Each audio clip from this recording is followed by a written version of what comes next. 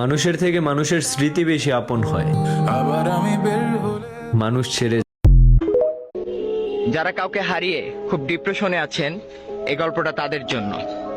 যে একটা পাখি আল্লাহ তাআলার কাছে বিচার দিচ্ছে। শোনো ভাই, নারীকে কখনো বিশ্বাস করিও না। নারীরা ছোটবেলায় পুতুল নিয়ে খেলে, আর বড় হওয়ার পর মানুষের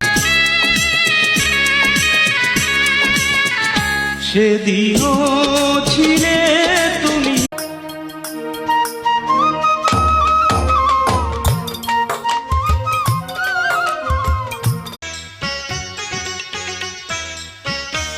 তুমি আমায় ভুইলা গেছো রে। আমি বিচার দিলাম খোদার কাছে, কাঁদবি জনম ভর আমার মত। কিরে, তুই এখনো ওকে ভুলতে পারিস নাই?